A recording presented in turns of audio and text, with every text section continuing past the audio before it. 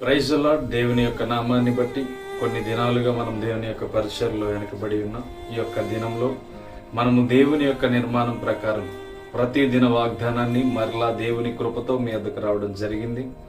పరిశుద్ధాత్మ దేవుని నామంలో మీ అందరికీ శుభాలు వందనాలు తెలియజేస్తున్నాను.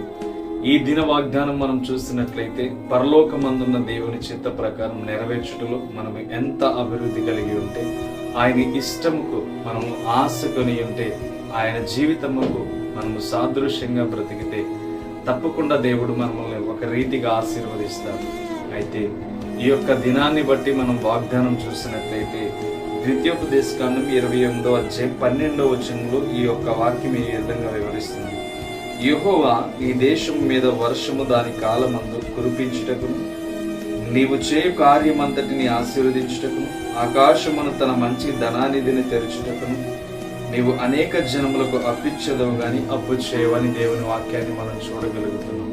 అయితే దేవుని వాక్యం సెలవిస్తుంది, యెహోవా నీ దేశమందు వర్షము దాని కాలమందు కురిపించినట్లు వాక్యాన్ని చూస్తున్నాం. నిజముగా దేవుని యొక్క ప్రణాళికలో నిలబడిన వారి పట్ల దేవుడు తన యొక్క ఆశీర్వాదమును చాలా అద్భుతమైన రీతిగా తగిన సమయమందు దేవుడు ఆ ఆశీర్వాదములను మన మీదకి తీసుకువస్తూ ఉంటాడు.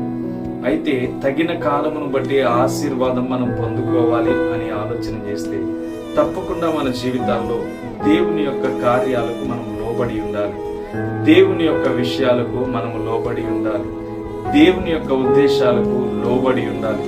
అందుకనే దేవుడు తగిన కాలమందు వర్షము ఆ దేశం మీద కురిపించదని మాట్లాడుతున్నాడు.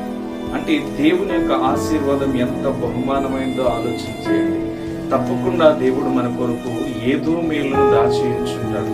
అందుకనే దావీదు సెలవిస్తున్నాడు, ఆయన యందు భయభక్తులు గలవారికి ఆయన దాచి ఉంచిన మేలు ఎంతో గొప్పదని చెప్తున్నాడు. ఈరోజు మనం ఆలోచన చేయాలి. దేవుని యొక్క విషయాలను మనం తెలుసుకుంటూ, దేవుని యొక్క ఉద్దేశాలను మనం తెలుసుకుంటూ, దేవుని ప్రణాళికలకు మనం లోబడి ఉంటే తప్పకుండా దేవుడు మన పట్ల చేసే కార్యాలు చాలా అద్భుతంగా ఉంటుంది. తగిన కాలమందు దేవుడు మనల్ని ఆశీర్వదించి నడిపిస్తాడు. అందుకనే యొక్క వాక్యంలో చూసినట్లయితే నీవు చేయు కార్యమంతటిని దేవుడు ఆశీర్వదించుటకు సిద్ధముగా ఉన్నాడంట. నీవు ఏదైతే దేవుని యొక్క ఉద్దేశాల ప్రకారం ఆయన నమ్మి ముందుకు వెళ్తావో తప్పకుండా దేవుడు నీ కార్యమంతటిని సఫలపరిచి ఆశీర్వదిస్తాడని చెప్తుంది వాక్యం.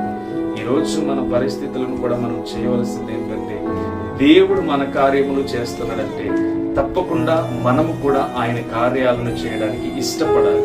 దేవుడు ఇష్టపడి మనకి ఇస్తున్నప్పుడు తప్పకుండా మన హృదయాన్ని కూడా దేవునికి ఇష్టపడి వెళ్ళాలి. ఇష్టపడి ఎప్పుడైతే నడుస్తామో ఆ ఇష్టాన్ని దేవుడు మనకి ఇదిగో ఏ రీతిగా సెలవిస్తున్నాడు, నీవు చేయ కార్యమంతటిని ఆశీర్వదించుటకు అని వాక్యం సెలవిస్తుంది. కాబట్టి ఆ యొక్క వాక్యాన్ని బట్టి ఆలోచన చేస్తే ఆకాశమును తన మంచి ధనానిధిని తెరుచును అంట. నీవే మంచి కార్యం పూనుకున్నా ఆకాశము నుండి తన మంచి ధనానిధిని, అంటే ఈ లోకములో మంచి ధనం కోసం ఆలోచిస్తాం కానీ పరలోకమందున్న ఆ మంచి ధనానిధిని దేవుడు మనకి తెరుస్తాడంట. కాబట్టి మనము దేవునికి ఇష్టమైన వారిగా జీవిస్తే మన కొరకు దాచి ఉంచిన ఆశీర్వాదాన్ని దేవుడు తన ఆకాశము నుంచి విడుదల చేస్తానని చెప్పి మాట్లాడుతున్నాడు.